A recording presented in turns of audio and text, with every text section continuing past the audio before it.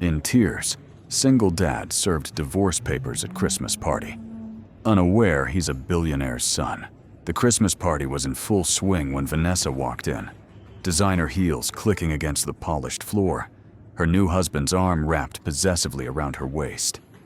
Derek Walsh stood by the punch bowl, his faded shirt collar frayed at the edges, watching his coworkers laugh and toast beneath twinkling lights. Then she saw him. Her smile turned cold. The room went silent as she crossed the floor, a lawyer trailing behind her with a manila envelope thick with papers. "Sign it," she said, loud enough for everyone to hear, slamming custody documents onto the holiday table. "You can't even afford to keep yourself fed. What makes you think you deserve Calvin?" The whispers started immediately.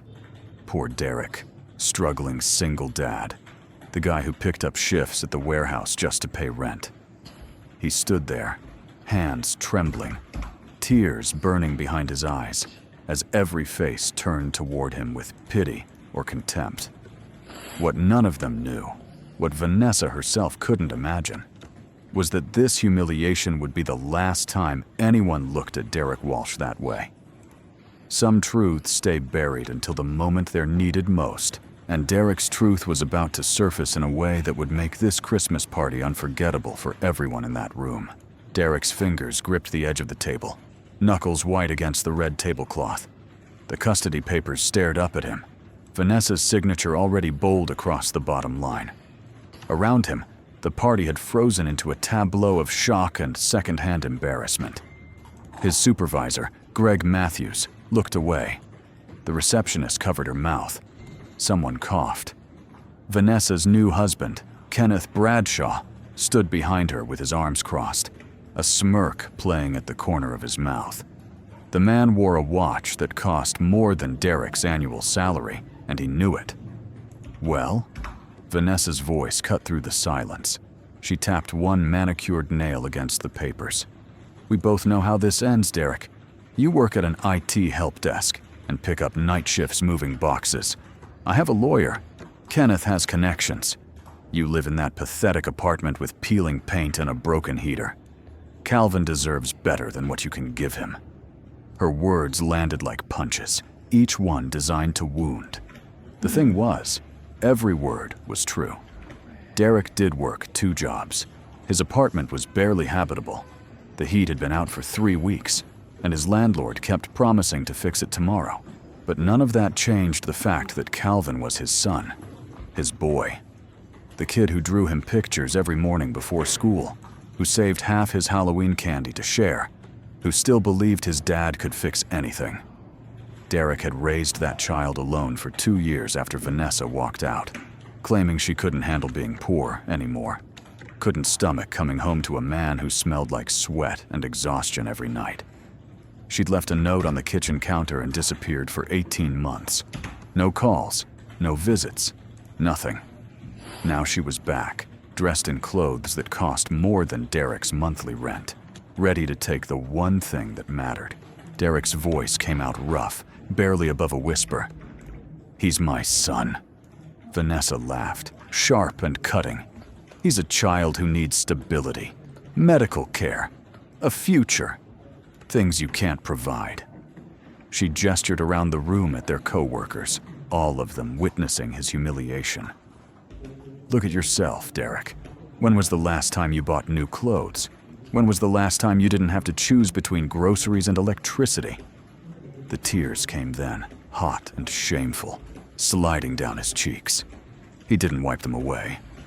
What was the point? Everyone had already seen him broken. Kenneth stepped forward, placing a hand on Vanessa's shoulder. "Sign the papers, Walsh. Make this easy on everyone. You know you can't fight this. We have documentation of your living conditions, your work schedule, the fact that you left Calvin with that elderly neighbor for 10 hours at a time. Child services won't look kindly on that." Derek's stomach dropped. Mrs. Chen from apartment 402, the 70-year-old widow who watched Calvin when Derek worked doubles, who never asked for payment, who taught his son to play chess and baked him cookies on Wednesdays. They were going to use her kindness against him, The room spun. Derek grabbed the pen Vanessa held out, his hand shaking so badly he could barely grip it. This was it. The moment he lost everything. The moment Calvin would learn that his father wasn't strong enough, wasn't good enough, couldn't protect him from people with money and power and ruthless certainty. Derek pressed the pen to paper, then stopped. Something in him refused to move. Some stubborn, foolish part that remembered Calvin's laugh, his small hand in Derek's rough one, the way he said, "I love you, Dad," every single night before bed. Derek set the pen down. No. The word came out stronger than he expected. Vanessa's eyes narrowed. "Excuse me." Derek straightened his shoulders, meeting her gaze. "I said no. He's my son. I'm not signing." The room erupted in whispers. Vanessa's face flushed red with anger. "You're making a mistake. We'll go to court. We'll win. And when we do, you'll never see Calvin again. Is that what you want? To drag this out and lose anyway?" Kenneth nodded, his expression smug. "Think about it, Walsh. You can't afford a lawyer. You can barely afford food. What do you think a judge is going to say when they see the evidence?" Derek's heart hammered against his ribs. They were right. He couldn't afford a lawyer, couldn't afford much of anything. His bank account currently held $47.12. His credit cards were maxed. His car was one payment away from repossession. Fighting this would mean borrowing money he couldn't pay back, taking time off work he couldn't spare, going up against people who could outspend him 1,000 times over. It was impossible. Utterly, completely impossible. And yet, looking at Vanessa's triumphant face, at Kenneth's cold smirk, at all his coworkers who pitied him, Derek found himself saying it again. "No, I won't sign." Vanessa snatched the papers off the table, shoving them back into the manila envelope with sharp, angry movements. "Fine. We'll see you in court. Enjoy the holidays with your son, Derek. They'll be your last." She turned on her heel, Kenneth following, the lawyer trailing behind them like a shadow.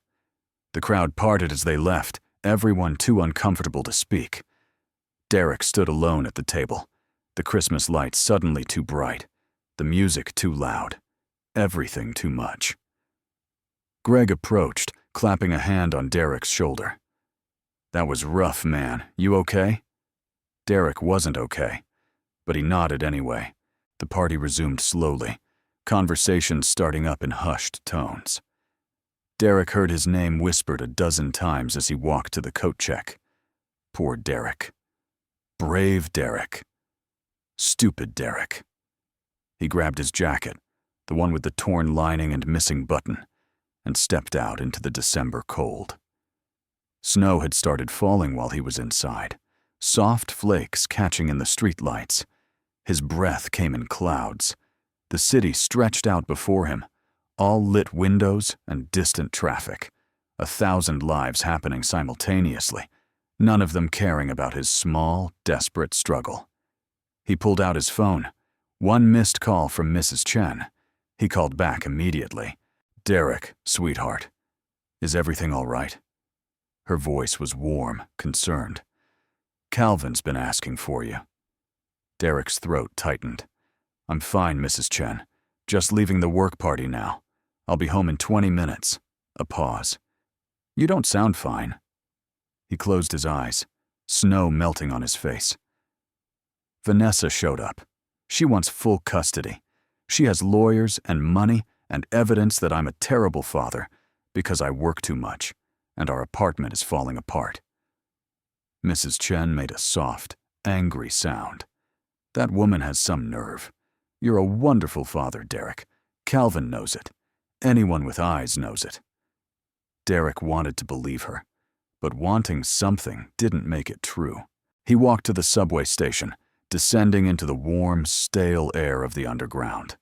The train rattled and swayed, taking him through the city's intestines, past stops where people got on and off with their shopping bags and tired faces.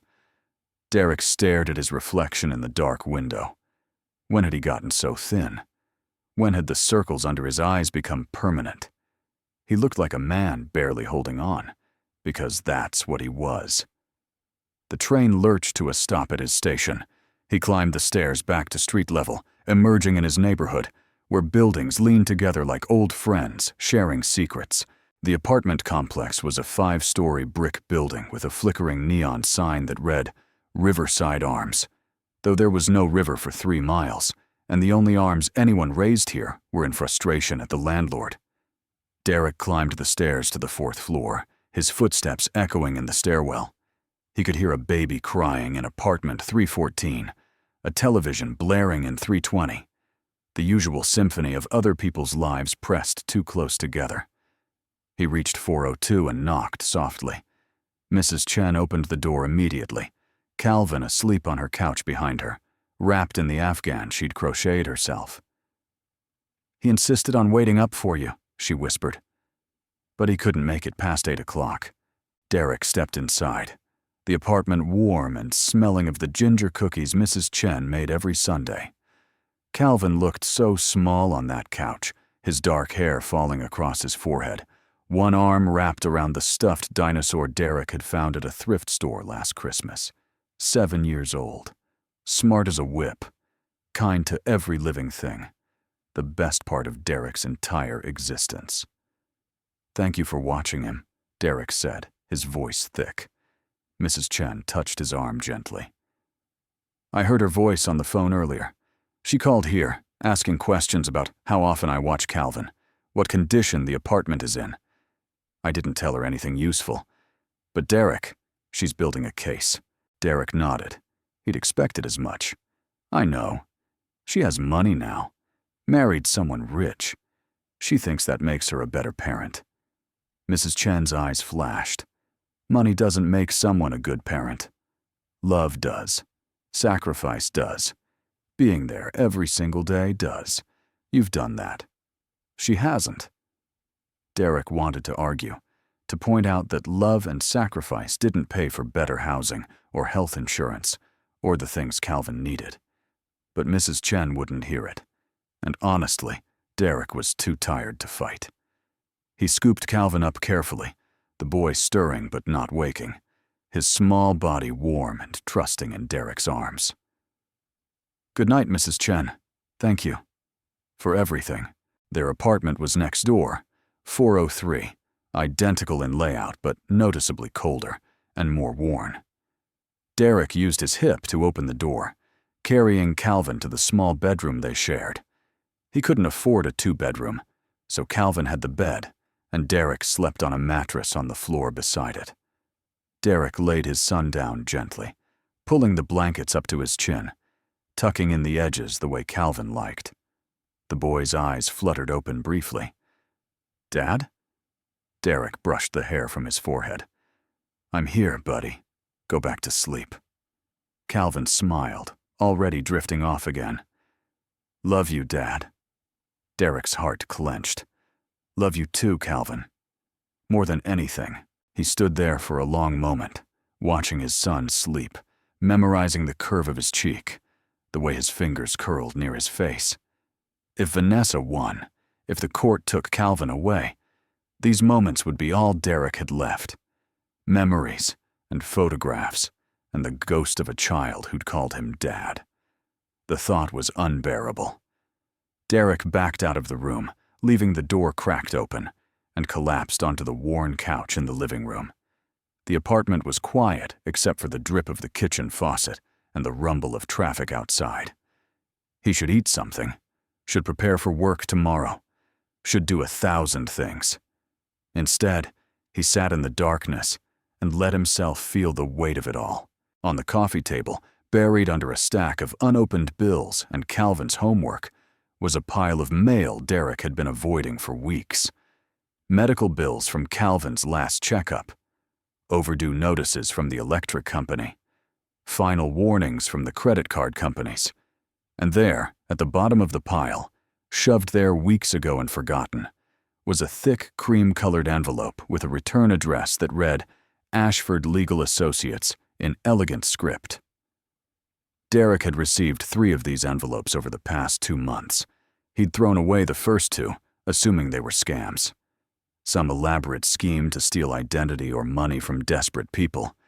But this third one, he'd opened out of curiosity before dismissing it as impossible. Derek pulled it out now, his hands steadier than they'd been at the party. The letter inside was typed on expensive paper, the kind that felt substantial, important. "Dear Mr. Walsh," it began, "we represent the estate of Harrison Ashford, who passed away on October 14th of this year. According to Mr. Ashford's private records and a DNA analysis conducted prior to his death, you are his biological son, born to Rebecca Walsh in 1992. Mr. Ashford never publicly acknowledged this relationship, but made provisions in his will for your inheritance. We request your presence at our offices to discuss the details of your claim to the Ashford estate, valued at approximately $340 million. Derek had read it a dozen times when it first arrived, each time more convinced it was a cruel joke. Harrison Ashford. The Harrison Ashford. Owner of Ashford Industries, one of the largest manufacturing conglomerates in the country. The man who owned buildings and companies and politicians. That Harrison Ashford could not be Derek's father. Derek's father was a question mark on his birth certificate. His mother had died when he was 12, took whatever secrets she had to the grave. He'd grown up in foster care, bouncing between homes that tolerated him at best. The idea that he was connected to someone like Harrison Ashford was absurd. And yet, the letter sat there, official and real, offering him a lifeline he'd been too proud or too scared or too stubborn to grab, until now. Now, with Vanessa's threats ringing in his ears, with Calvin's future hanging in the balance, Derek looked at that letter differently. If it was real, if even a fraction of it was real, he could fight back. He could hire lawyers, provide evidence of stability, give Calvin everything he deserved. And if it wasn't real, if it was a scam, well, he was already at rock bottom. How much further could he fall? Derek pulled out his phone and dialed the number printed at the bottom of the letter. It was nearly 10 o'clock at night, but the phone rang anyway. A smooth, professional voice answered on the third ring. "Ashford Legal Associates, this is Preston Cole speaking." Derek's voice came out rough. "My name is Derek Walsh. I received a letter about Harrison Ashford's estate." There was a pause, then a sound like papers shuffling. "Mr. Walsh, we've been trying to reach you for 8 weeks. I'm glad you finally called." Preston Cole's voice was crisp, businesslike, the kind of voice that belonged to someone who never worried about grocery money. "I know this must seem overwhelming, but I assure you, everything in that letter is accurate. Harrison Ashford was your biological father. The DNA evidence is irrefutable. He wanted you to inherit a portion of his estate, despite never having met you personally." Derek's head spun. "Why? Why would he leave me anything if he never acknowledged me?" Preston's voice softened slightly. "That's a complex question, Mr. Walsh. One I think would be better answered in person. Can you come to our office tomorrow morning? We have a great deal to discuss." Derek thought of his shift at the IT help desk, the warehouse work scheduled for tomorrow night, the impossibility of taking time off during the busiest season. Then he thought of Calvin, of Vanessa's smirk, of the custody papers waiting to destroy his life. "I'll be there at 9, Derek said. Preston gave him the address, a building in the financial district Derek had walked past 100 times without ever imagining he'd go inside. They hung up. Derek sat in the darkness, the letter clutched in his hand, wondering if he'd just made everything better or infinitely worse. He didn't sleep that night. Couldn't. Instead, he lay on his mattress on the floor, listening to Calvin's soft breathing in the bed above, and tried to make sense of a reality that had shifted so completely in the space of a few hours. If the inheritance was real, if he really was Harrison Ashford's son, what did that mean? Who had his mother been to a man like that? Why had she hidden it? Why had Ashford hidden it? The questions multiplied faster than Derek could process them, each one leading to 10 more. By the time dawn broke, pale and cold through the apartment's single window, Derek had answered exactly none of them. Calvin woke at 6:30, his usual time, bounding into the living room with the energy only 7-year-olds possessed. "Dad, you're awake already." Derek sat up, his back aching from the thin mattress. "Couldn't sleep much, buddy. You want pancakes?" Calvin's eyes lit up. "Really? It's not Sunday." Derek stood, stretching. Special occasion. They moved to the tiny kitchen, Derek mixing the batter, while Calvin set the table with mismatched plates and forks. This was their routine, their rhythm, the ordinary magic of being father and son. Derek flipped pancakes while Calvin chattered about school, about the project on planets he was working on, about how his friend Jeremy had brought in a lizard for show and tell. Normal life. Beautiful. Simple. Normal life. The kind that might slip away if Derek couldn't prove he deserved to keep it. After breakfast, Derek walked Calvin to school, the morning crisp and bright. Other parents clustered by the entrance, some in business suits rushing off to work, others in yoga pants ready to head to the gym. Derek stood out in his faded jacket, his work boots, his general air of barely making it. But Calvin didn't care. He hugged Derek tight before running to join his friends. "Love you, Dad." Derek watched him disappear through the school doors, then checked the time. 8:15. He had 45 minutes to get across town to the Ashford Legal Associates office. He caught the subway, transferred twice, and emerged in a part of the city where everything looked expensive and intentional. The building was glass and steel, 50 stories of corporate power jutting into the sky. Derek entered through revolving doors into a lobby with marble floors and modern art that probably cost more than his entire neighborhood. A security guard directed him to the 42nd floor. The elevator was faster and quieter than any Derek had ever been in, delivering him to a reception area that looked like something from a magazine. Everything was cream and silver, spotless and perfect. The receptionist looked up with a professional smile. "Derek Walsh?" He nodded, suddenly aware of how out of place he looked. "Mr. Cole is expecting you." "Right this way." Preston Cole's office had floor-to-ceiling windows overlooking the city, a view that made Derek's breath catch. The man himself was in his 50s, silver-haired and impeccably dressed, with the calm assurance of someone who solved problems for a living. He stood as Derek entered, extending a hand. "Mr. Walsh, thank you for coming." Derek shook his hand, Preston's grip firm and professional. "Please, sit." Derek lowered himself into a leather chair that probably cost more than 3 months of his rent. Preston sat across from him, pulling out a thick folder. "I'm sure you have questions. Let me start with what we know. Harrison Ashford had a brief relationship with your mother, Rebecca Walsh, in 1991. When she became pregnant, she chose not to pursue any connection with Mr. Ashford. He respected that decision, though he did keep track of you over the years." Derek's throat tightened.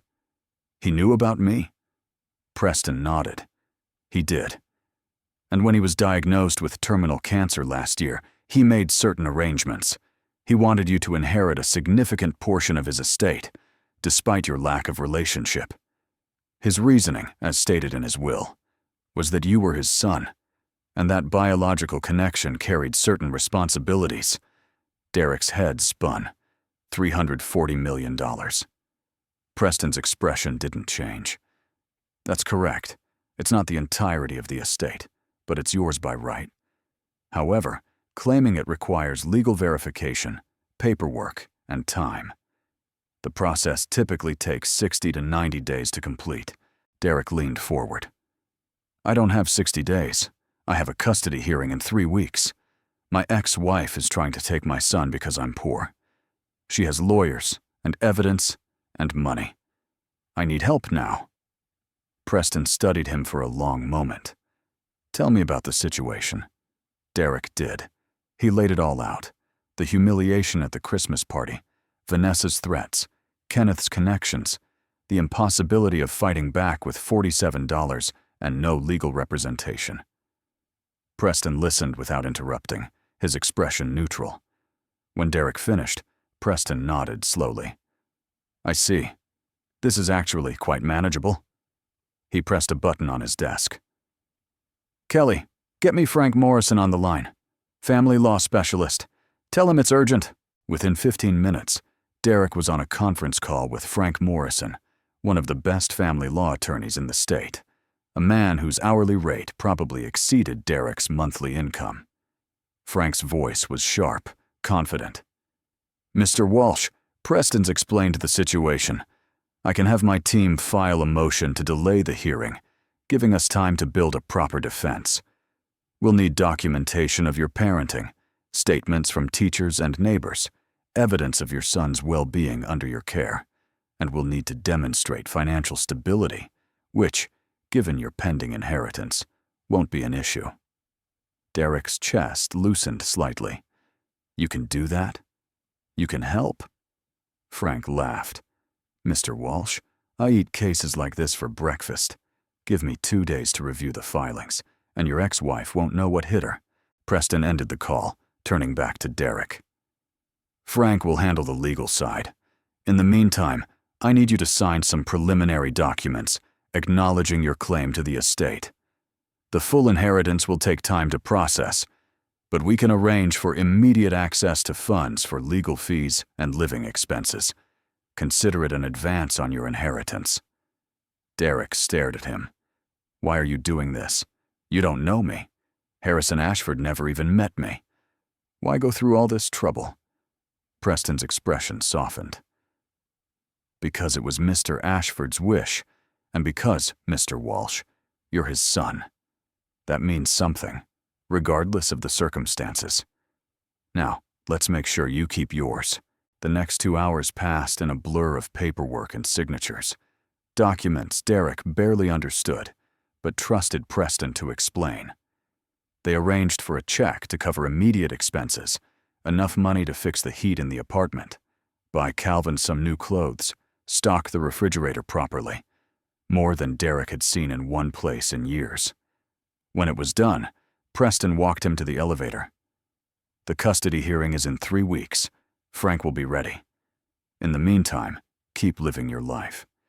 Be the father you've always been. Document everything. And Mr. Walsh?" Derek turned. "Don't tell anyone about the inheritance yet. Not until it's finalized. These things have a way of complicating situations." Derek nodded, understanding. "Thank you, Mr. Cole. I don't know how to repay this." Preston smiled. "You already have. By being a good father. That's what Harrison wanted most." Derek rode the elevator down, walked through the marble lobby, stepped back onto the street where the December cold hit him like a physical force. But he wasn't cold. Wasn't tired. For the first time in 2 years, since Vanessa left, since he'd been struggling alone with Calvin and the weight of the world, Derek felt something like hope. He had a lawyer, had resources, had a fighting chance. The city looked different somehow, less threatening, more full of possibility. He pulled out his phone and called Mrs. Chen. "Can I ask you a favor? Would you be willing to write a statement about Calvin? About what kind of father I am?" Her voice was fierce. "Derek Walsh, I would testify in front of Congress about what kind of father you are. You just tell me what you need." That evening, Derek picked up Calvin from school like always, but instead of heading straight home, they took a detour. "Where are we going, Dad?" Calvin asked, his small hand in Derek's. "Grocery store. Thought we'd stock up on some real food for once." At the store, Derek filled the cart without checking prices. Fresh fruit, good bread, actual meat instead of whatever was on sale. Calvin's eyes went wide. "Dad, this is a lot of food." Derek ruffled his hair.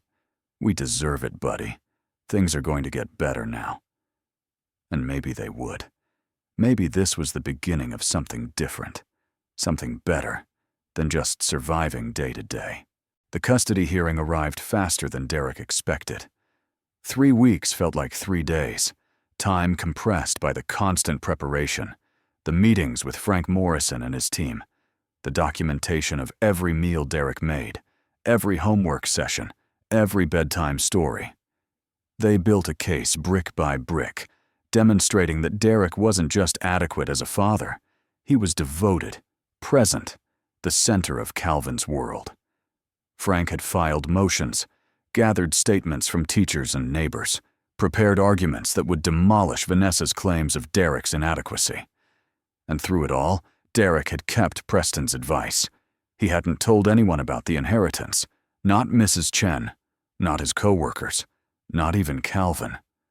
The money sat in an account, untouched except for the legal fees and basic repairs to the apartment. The courthouse was a gray building downtown, all marble and authority.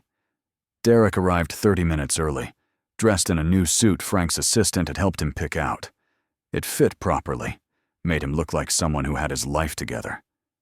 Vanessa was already there with Kenneth and her lawyer, a sharp-faced woman named Patricia Whitmore, who specialized in taking children away from poor fathers. Vanessa's eyes widened when she saw Derek in the suit, confusion flickering across her face. Kenneth whispered something to her. They entered the courtroom together, taking their places on opposite sides of the room. The judge, a woman in her 60s named Judge Caroline Henderson, presided with an air of someone who'd seen every possible variation of family dysfunction. Patricia Whitmore went first, presenting her case with ruthless efficiency. She detailed Derek's financial struggles, his inadequate housing, his reliance on an elderly neighbor for childcare. She painted a picture of a man who loved his son, but simply couldn't provide what Calvin needed: stability, resources, a future. It was devastating, and, if Derek was honest, mostly true. Then Frank Morrison stood up. "Your Honor, may I call Derek Walsh to the stand?" Derek's heart hammered as he crossed the room, placed his hand on the Bible, swore to tell the truth.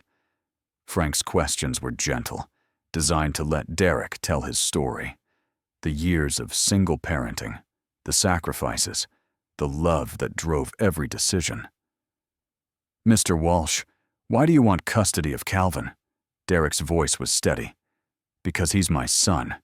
Because I've been there every single day, through every challenge. Because he's the best thing in my life."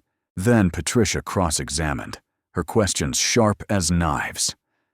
"Mr. Walsh, can you provide Calvin with private tutoring?" "No." "Can you afford to send him to a better school?" "No."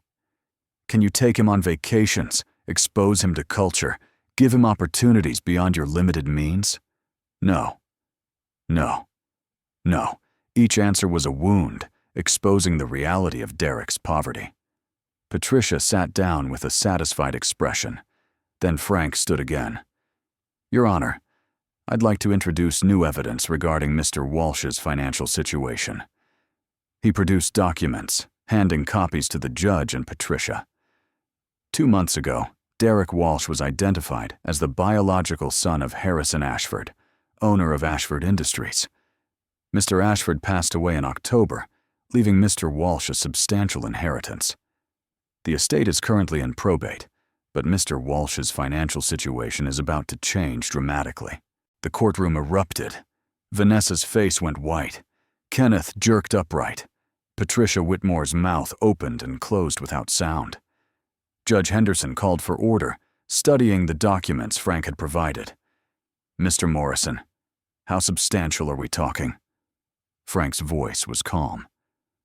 $340 million, Your Honor. The inheritance includes liquid assets, property, and shares in Ashford Industries. Mr. Walsh will have more than sufficient resources to provide for Calvin. The silence that followed was absolute. Every eye in the courtroom turned to Derek, seeing him differently, recalculating everything they'd assumed about this man in the nice suit who looked so ordinary. Judge Henderson set the papers down. "Ms. Whitmore, Do you wish to continue with your argument that Mr. Walsh lacks the financial means to care for his son? Patricia looked at Vanessa, who shook her head numbly. No, Your Honor. The judge turned to Derek. Mr. Walsh, do you intend to maintain your current relationship with your son? Continue being his primary caregiver? Derek's voice rang clear. Yes, Your Honor. Money doesn't change who I am. I'll still be Calvin's father. I'll still show up every day. The only difference is now I can give him security along with love. Judge Henderson nodded slowly. Based on the evidence presented, including the character statements from teachers and neighbors, and considering Mr. Walsh's established relationship with the child, I'm ruling in favor of Mr. Walsh retaining full custody.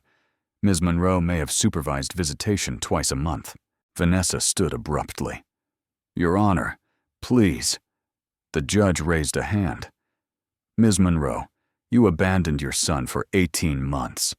The fact that Mr. Walsh was struggling financially during that time doesn't negate his dedication. You chose to leave. He chose to stay. The decision is made. The gavel came down, final, irreversible. Derek's legs nearly buckled with relief. Frank gripped his shoulder. Congratulations, you won. Derek turned to see Vanessa crying, not tears of sadness but rage, Kenneth's face red with fury. They'd lost completely, lost publicly. The same way they'd tried to make Derek lose at that Christmas party 3 weeks ago. Outside the courthouse, snow was falling again, the city dressed in white. Derek called Mrs. Chen first, then Calvin's school to let them know he'd be picking him up early. He wanted to be the one to tell his son the news, that they'd won, that they were safe, that no one could take Calvin away. At the school, Derek waited by the office, and when Calvin came down the hallway, confused about the early pickup, Derek knelt down to his level. Hey buddy, everything's okay. Better than okay. We just came from court, and you're staying with me. Nobody's taking you anywhere. Calvin threw his arms around Derek's neck. I wasn't worried, Dad. I knew you'd figure it out. You always do. They walked home together, Calvin chattering about his day, while snowflakes caught in his dark hair. Derek listened to every word, grateful for the sound of his son's voice, for the weight of his hand, for the simple miracle of being together. The apartment was warmer now with the fixed heat, more welcoming with a full refrigerator and some new furniture Derek had quietly bought. It still wasn't fancy.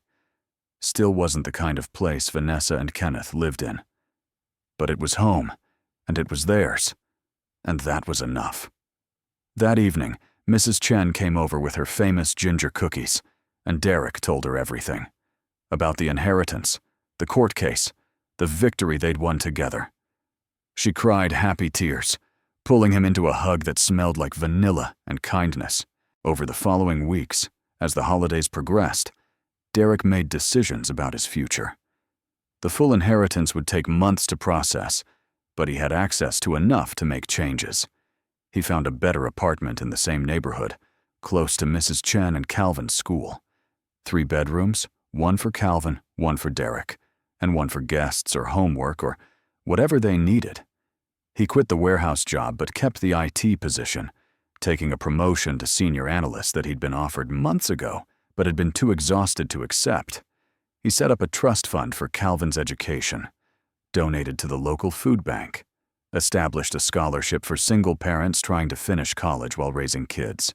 But the most important decision came 6 months later, when the Ashford Industries board approached him about taking a seat on the board of directors. Derek declined. He didn't want that life, that world of corporate politics and endless meetings.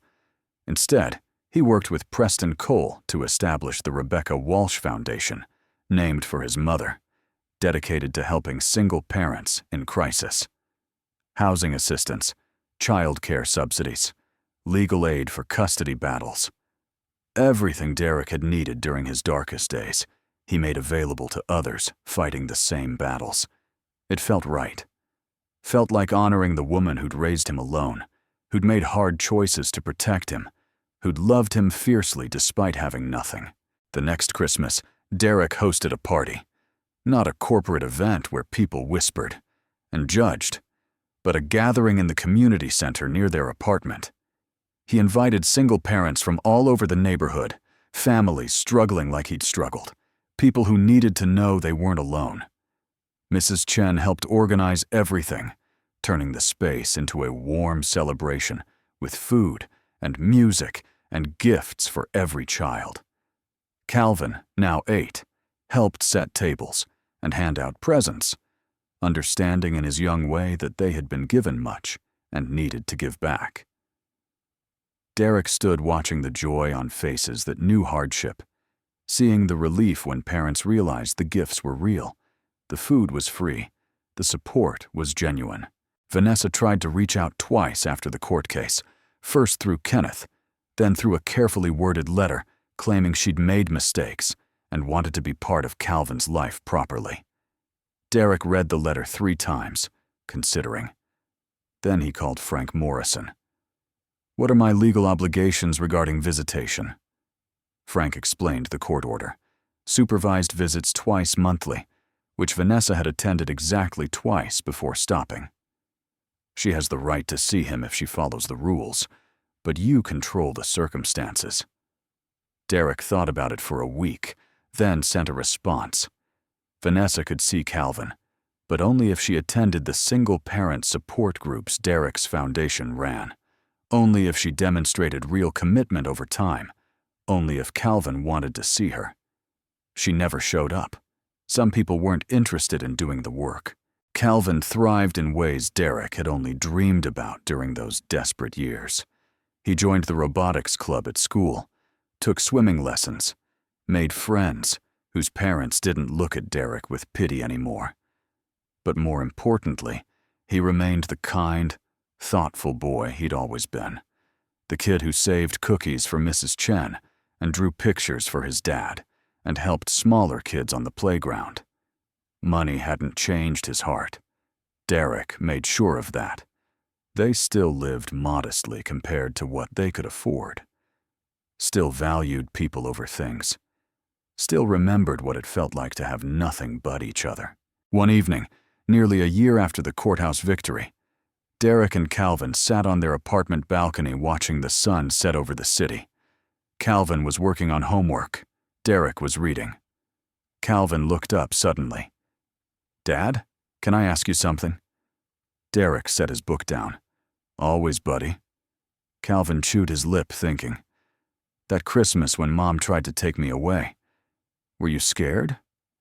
Derek considered lying, then decided his son deserved honesty. "Terrified. I thought I was going to lose you, that I wasn't strong enough or rich enough or good enough to keep you." Calvin frowned. "But you were. You've always been good enough." Derek pulled him close. "I know that now, but sometimes it takes almost losing something to realize how strong you really are." The foundation grew over the next 2 years, helping hundreds of families navigate the same impossible situations Derek had faced. He hired social workers, lawyers, counselors, all dedicated to keeping families together when the system seemed designed to tear them apart. And he stayed involved personally, meeting with parents, listening to their stories, offering not just money, but hope. Because he remembered what hope felt like when you had none. How it could carry you through nights that seemed endless. How it could make you brave enough to say no when everyone expected you to surrender. The foundation became Derek's purpose beyond being Calvin's father, his way of turning his pain into something meaningful. Kenneth Bradshaw's business empire collapsed 2 years after the court case. Derek read about it in the financial section, a cautionary tale about over-leveraging and risky investments. Vanessa divorced him 6 months later, taking a settlement, but nowhere near what she'd left with. Derek felt no satisfaction in their downfall, no sense of revenge fulfilled. Mostly, he felt sad. Sad that Vanessa had valued money over her son, that she'd chosen pride over presents. She sent Calvin a birthday card that year, the first contact in over 12 months. Calvin read it, shrugged, and put it in a drawer. "Do you want to see her?" Derek asked. Calvin thought about it. "Maybe someday. But not because I need a mom. I just need you, Dad. You're enough." Judge Henderson sent Derek a letter 3 years after the custody case. She'd been following the Foundation's work through news articles and wanted to commend him. "In 30 years on the bench," she wrote, "I've seen too many parents fight for their children for the wrong reasons. Pride, control, spite. You fought for love, and you've taken that love and multiplied it to help others. That's the kind of legacy Harrison Ashford would have been proud of." Derek framed the letter, hung it in the Foundation's main office where parents in crisis could see it. A reminder that judges saw their humanity, that the system could work, that fighting was worth it. Calvin's 10th birthday arrived on a perfect spring day. Derek threw a party in their apartment, inviting Calvin's entire class, plus Mrs. Chen and some families from the Foundation. The apartment was chaos, kids running everywhere, laughter and music filling every room.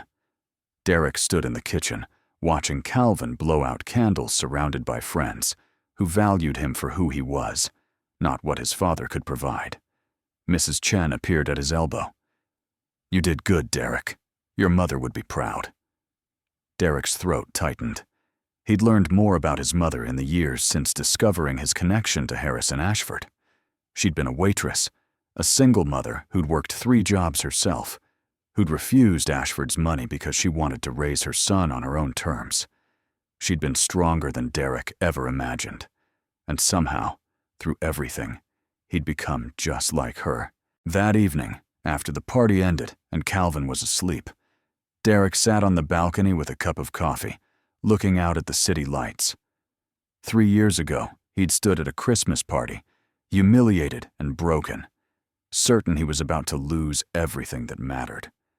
Now he sat in an apartment filled with love, his son safe, his purpose clear, his life rebuilt not just with money, but with meaning. The inheritance had given him resources, but the real gift had been discovering his own strength, learning that being a good father had nothing to do with bank accounts and everything to do with showing up, fighting back, refusing to surrender, even when surrender seemed inevitable. The Foundation helped its 500th family that year. Single moms working 3 jobs, single dads living in their cars, grandparents raising grandchildren on fixed incomes. Every story echoed Derek's own struggle, and every victory felt personal. He attended court hearings when families needed support, sat in waiting rooms when kids were sick, showed up at school events when parents couldn't get off work. Being present. That was the secret. Not money or power or connections, though those helped. Just being present, day after day, proving through actions that love was stronger than circumstance. Calvin started middle school, suddenly more interested in friends than his father, though they still had their routines. Breakfast together, homework at the kitchen table, Sunday morning walks. Derek learned to hold on loosely, to let Calvin grow while staying close enough to catch him if he fell. It was harder than he expected, this gradual letting go. But that's what good parents did. They raised children to leave, to become their own people, to build lives that didn't revolve around their father's trauma or triumph. Calvin would tell his own story someday. Derek's job was just to make sure it was a story worth telling. The Christmas party that had destroyed and rebuilt Derek's life became legend in certain circles. People who'd been there told the story with varying degrees of accuracy. How the poor IT guy had turned out to be a secret heir. How he'd defeated his ex-wife's schemes with money and righteousness. Derek hated those versions. They made it sound like fairy tale, like magic, like the inheritance had solved everything. The truth was messier, more human. He'd been lucky, yes. Lucky that Harrison Ashford had made provisions. Lucky that Preston Cole was ethical. Lucky that Frank Morrison was brilliant. But luck hadn't raised Calvin through those brutal years. Luck hadn't fixed meals, or attended parent-teacher conferences, or stayed up during fevers, or figured out math homework. That had been Derek. Just Derek. Doing what any parent would do if they loved their child enough. 5 years after that Christmas party, Derek returned to his old workplace for a company event. He'd maintained friendships with some coworkers, people who'd been kind during his worst days. Greg Matthews still worked there, now a division manager. They caught up over drinks, Greg asking about Calvin, about the foundation, about Derek's life. "You know," Greg said, "that night at the Christmas party, when Vanessa humiliated you, I felt terrible. Like we all should have done something, said something. But we just stood there." Derek shook his head. "You couldn't have done anything. Some battles you have to fight alone." Greg smiled. "But you won. That's what matters." Derek considered that. "No. What matters is that I kept Calvin. The winning was just how I got there." The final legal documents from the Ashford estate arrived 6 years after Harrison Ashford's death. Everything processed, verified, transferred. Derek owned shares in companies, properties across 3 states, investments he barely understood. Preston Cole had managed it all, turning Derek's inheritance into something stable and lasting. They met one last time in Preston's office, the same room where this had all begun. "This is it," Preston said, handing over the final portfolio. "Everything's in order. You're officially one of the wealthiest men in the state." Derek accepted the folder without opening it. "Preston, can I ask you something? Did Harrison ever say why? Why he left me all this but never tried to meet me?" Preston leaned back in his chair, choosing words carefully.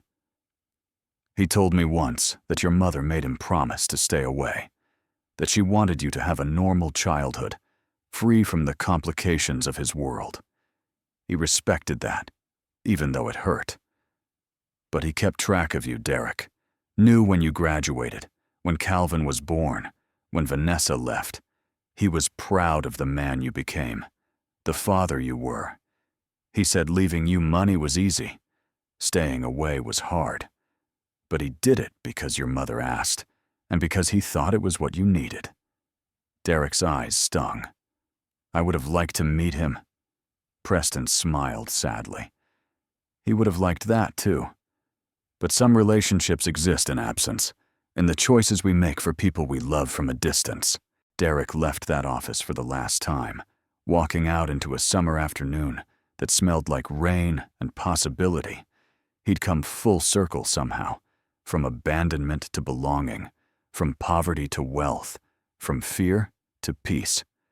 But the core of who he was hadn't changed. He was still Derek Walsh, still Calvin's father, still a man who believed in showing up and fighting back and refusing to let circumstance define dignity. The inheritance had changed his circumstances. His choices had changed his character. And in the end, character mattered more. Calvin graduated high school with honors, planning to study engineering at a good university. On graduation day, Derek sat in the audience, watching his son cross the stage, and thought about all the ways this could have ended differently. If he'd signed those papers at the Christmas party, if he'd given up, if he'd believed Vanessa's assessment that he wasn't good enough, but he hadn't. He'd fought, and Calvin had grown up knowing his father thought he was worth fighting for. That was the real inheritance, not money or property or shares in companies, but the knowledge that he was loved fiercely, completely, without reservation or condition. The foundation hosted its 10th anniversary gala in a hotel ballroom that could have been the site of that original Christmas party. Derek stood at the podium, looking out at hundreds of faces, families they'd helped, donors who'd supported the work, staff who'd dedicated themselves to the mission. He thought about what to say, about how far they'd come, about how many lives they'd touched. But the words that came out were simpler. 10 years ago, I was served custody papers at a Christmas party. I was broke, broken, and certain I was about to lose my son. Today, I stand here because people helped me when I needed it most. This foundation exists to be that help for others, to prove that financial struggle doesn't mean failure as a parent, that poverty isn't a moral failing, that every child deserves to stay with parents who love them, regardless of bank balances. Thank you for believing in that mission, for fighting alongside families who need someone in their corner, for understanding that sometimes the difference between keeping a family together and tearing it apart is just someone showing up and saying you're not alone. The applause was long and genuine. After the speeches, after the dancing and dining and celebration, Derek slipped out to the hotel balcony where city lights spread below like stars. Calvin found him there, nearly 18 now, tall and confident, but still with that same kind heart. "Good speech, Dad," Derek smiled. "Learned from the best. My son taught me that love shows up no matter what." Calvin leaned against the railing beside him. "I've been thinking about something. That night, Mom tried to take me away. If you hadn't had the inheritance, if it had just been you versus her money, what would have happened?" Derek considered lying, softening the truth. But Calvin deserved honesty. "I don't know. Maybe I would have lost. The system favors money, favors stability, favors people who look like they have it together. I got lucky." Calvin shook his head. "No, you got what you deserved. You were always a good father. The inheritance just made other people see it." They stood together in comfortable silence, father and son, watching the city breathe below them. Somewhere out there, another single parent was fighting an impossible battle. Another child was wondering if their family would survive. Another Christmas party was happening where someone was being humiliated for circumstances beyond their control. Derek couldn't save them all, but he could help some. Could be proof that fighting back was worth it. That love and determination and stubborn refusal to surrender sometimes, against all odds, actually won. That was the real story. Not rags to riches, not revenge or triumph, but persistence.